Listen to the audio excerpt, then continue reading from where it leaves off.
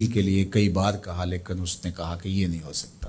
اور پھر ایک دن حالات نے اس کو مجبور کر دیا، فاقہ زدہ حالات ہو گئے، غربت آ گئی، تو اس نے مجھ سے اپنی حاجت طلب کی، تو میں نے اس کو 120 دینار دیے، لیکن شرط پہ کہ تم اپنا جسم میرے سپرد کرو گی۔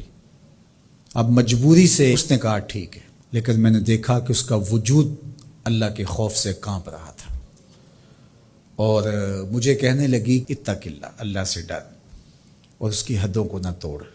میری خواہشات تو پگلی تھیں، آرزویں تو بے تاب تھیں، اور میں اس کی قیمت بھی ادا کر چکا تھا، لیکن اس کا یہ جملہ کہ اللہ سے ڈر، تو میں نے تیرے سے ڈر کے اس کو چھوڑ دیا، اور جو اس کو میں نے 120 دینار دیے تھے وہ بھی اس کے پاس رہنے دیے۔ اللہ میرے اس مخفی عمل کو تو ہی جانتا ہے، تو اگر میں نے تیری رضا کے لیے ایسا کیا تو اس پتھر کو ہٹا دے۔ تو پتھر تھوڑا سا ہٹ گیا، سوراخ تو زیادہ ہو گیا، لیکن ابھی بھی وہاں سے گزرنا ممکن نہیں تھا۔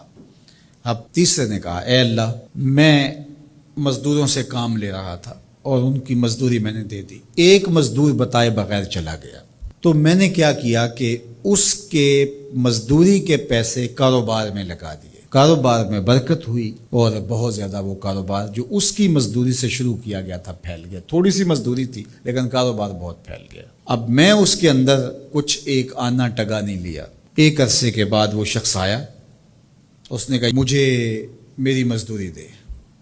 تو میں نے کہا یہ بکریاں، یہ بھیڑیں، یہ اونٹ، یہ غلام، یہ نوکر چاکر، یہ سب کچھ ہے، یہ تیری مزدوری ہے۔ تو اس نے کہا میرے ساتھ مذاق نہ کر، میں تو مزدوری کے وہ چند جو لینے آیا ہوں اور آپ کہتے ہیں یہ سب کچھ تیرا ہے۔ تو اس نے ساری صورتحال بتائی، تو اس نے وہ ساری بکریاں، وہ سارے اونٹ، ساری گائے اور سارے غلام ہانکے اور چل دیا۔ کہا اے اللہ، اگر یہ عمل میں نے تجھے راضی کرنے کے لیے کیا تھا تو پتھر کو ہٹا دے۔ تو حضور نے فرمایا وہ پتھر ہٹ گیا اور یہ چلتے ہوئے باہر آ گئے۔ جب اللہ کی رضا کے لیے کام کیے تو مشکلوں سے نکلنے کے راستے ملتے۔ ایک روایت میں آتا ہے جو آسانی کے وقت اللہ کو فراموش نہیں کرتا، اوکھے ویلے اللہ اس کو فراموش نہیں کرتا۔ ہم تو کسی مصیبت میں پھنسے تو چالاکیاں کرتے ہیں، کوئی چالاکی، کوئی مکر کہ اس سے نکلیں۔ تو مصیبت میں پھنسیں تو دعا کے لیے ہاتھ پھیلا لیں اور اچھے اعمال کا اللہ کی بارگاہ میں وسیلہ پیش کریں۔ تو زندگی میں ایسا ذخیرہ اعمال کا جمع کرو کہ جب مشکل بنے تو ان اعمال کا وسیلہ پیش کر کے مشکلات سے نکلنے کا راستہ ملے۔